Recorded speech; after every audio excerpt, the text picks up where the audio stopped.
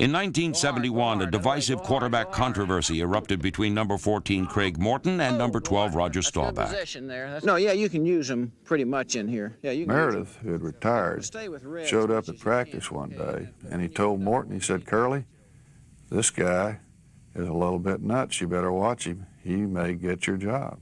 Roger was the type of guy that he couldn't be friends with his competitors. He knew that I wanted his job, though, so we weren't friends. It was a very tough decision for me to decide which one was going to lead us into the 70s. Coach Landry lost maybe a little credibility in the fact that he didn't name a starter and say, "This is my man, this is who we're going with, and we're going to build a team around him." Landry decided to alternate quarterbacks by game. One week Morton, the next Staubach. And a season begun on two wings and a prayer threatened to crash land on takeoff. Roger was always on the verge of making a big play, but at the same point, I think Coach Landry thought he was also on the verge of making a bad play. Bad plays became bad games.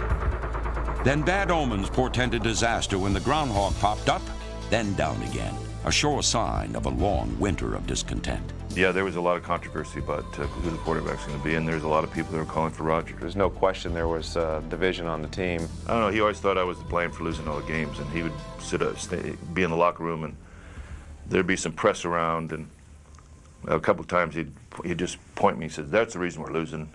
And he'd point over and he said, "Morton." When Landry decided to rotate his quarterbacks by play, he dumbfounded sports writers. I always say, well, I had a feel. And that's the worst thing a reporter wants, is to somebody to say you got a feel. Quarterbacks were aghast. The team was, threw up his hands and thought, what's next? I looked over at Craig, he's looking at me, and he said, "Geez, did you just say what I heard he say? You were going to alternate plays?" And it was really, to me, ridiculous. It was silly. The whole thing was a joke. It was alternated plays. There was like two ships passing the night. We're running back after a play, and I think one of the poor decisions that Tom Landry made. This dizzying quarterback carousel marked the flashpoint of the crisis. Landry thought that no matter who the engineer was, the train would stay on the tracks. It was a great coach deciding no matter who's behind the center there, as long as they do what I tell them to do, we're going to win. Landry to this day will tell you that he thinks that's the ultimate system. I'd still do it today if I was coaching. They won't like it. People don't like it. The Cowboys staggered to their third loss in 7 games. 2 days later, the season was dramatically saved by Tom Landry. He called me up 10:30 at night, and he said, "Can you come over?" And go in his little trophy room and sit down. He says, "Well, I've decided to go with Staubach. Thanks for coming over." That was it. I think it was probably a flip of the coin. I don't know how they did it, but I was the most excited I've ever been in my entire life, and they told me I was going to start the rest of the season. I think Roger was capable of pulling games out where maybe Craig wasn't.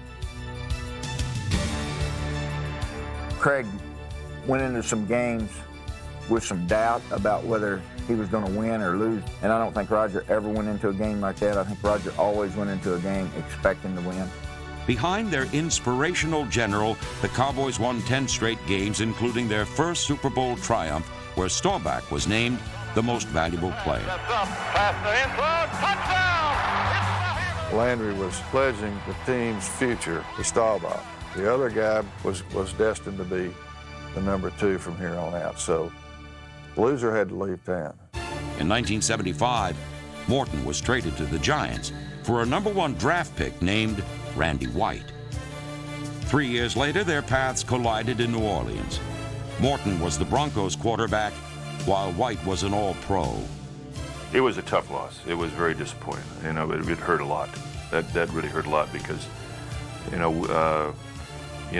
some of the records I hold are the worst ones in the Super Bowl.